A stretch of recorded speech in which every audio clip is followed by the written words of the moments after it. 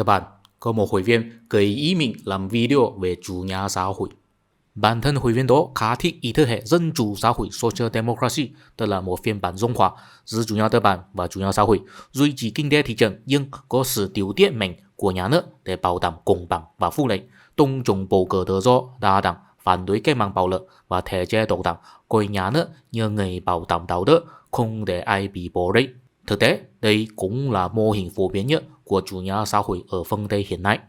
Góp ý của hội viên đó được gây hứng về việc ông Zoran Madani trúng cử làm thị trưởng New York. Ông đề xuất tăng thuế người triệu phú và các công ty lớn để tài trợ cho dịch vụ công như chăm sóc trẻ em miễn phí cho trẻ dưới 5 tuổi, vận tải công cộng không thu phí như xe buýt miễn phí, mở rộng nhà ở giá rẻ, nâng lương tối thiểu, đóng băng giá thuế cho người thu nhập thấp và vận hành các cửa hàng tạp hóa do thành phố quản lý ở những khu sa mạc thực phẩm.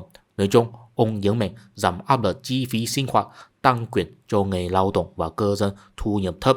Dư luận có ý cho rằng người New York đã từ một nhà xã hội chủ nghĩa cực đoan lên làm thị trưởng. Hội viên đó cũng liên hệ phong trào cánh tả Mỹ được thể hiện bởi 3 nhà chính trị nổi tiếng: Sanders ở Mỹ, Corbyn ở Anh và Mélenchon ở Pháp, đối đầu với cánh hữu dân túi. Dựa theo lý thuyết chủ nghĩa xã hội dân chủ của học giả Pháp Thomas Piketty, người được xem là Marx của thế kỷ 21.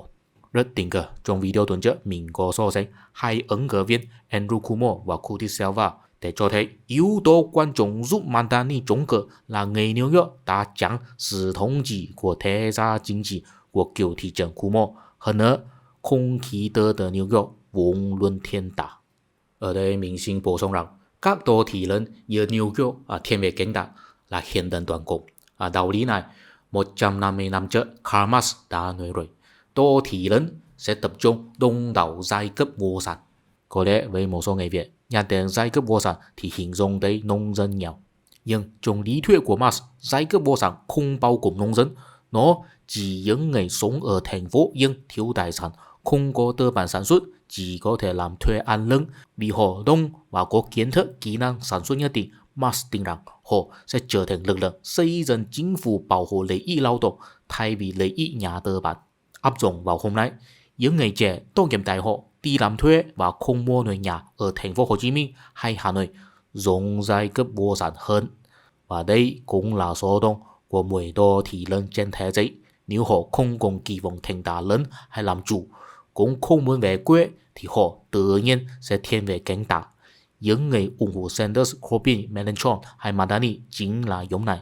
Thế còn nhóm đối đầu họ, tức nhóm ủng hộ dân túi cánh hữu là ai? Thật ra cũng là lao động, nhưng phần lớn là lao động tay chân và không sống trong đô thị lớn. Nói đơn giản, cơ sở quần chúng của cánh tả hiện nay là lao động văn phòng, còn cánh hữu là lao động tay chân. Cả hai đều thuộc giai cấp lao động. Tiếp theo, mình xin bàn luận rằng sự phân biệt hữu tả thật ra không hề thủy hóa bất dung như nhiều người nghĩ.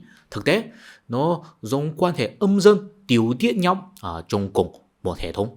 Và theo kết cấu lịch sử mà mình tóm lại, trong tương lai cũng có khả năng hình thành hai hệ thống riêng.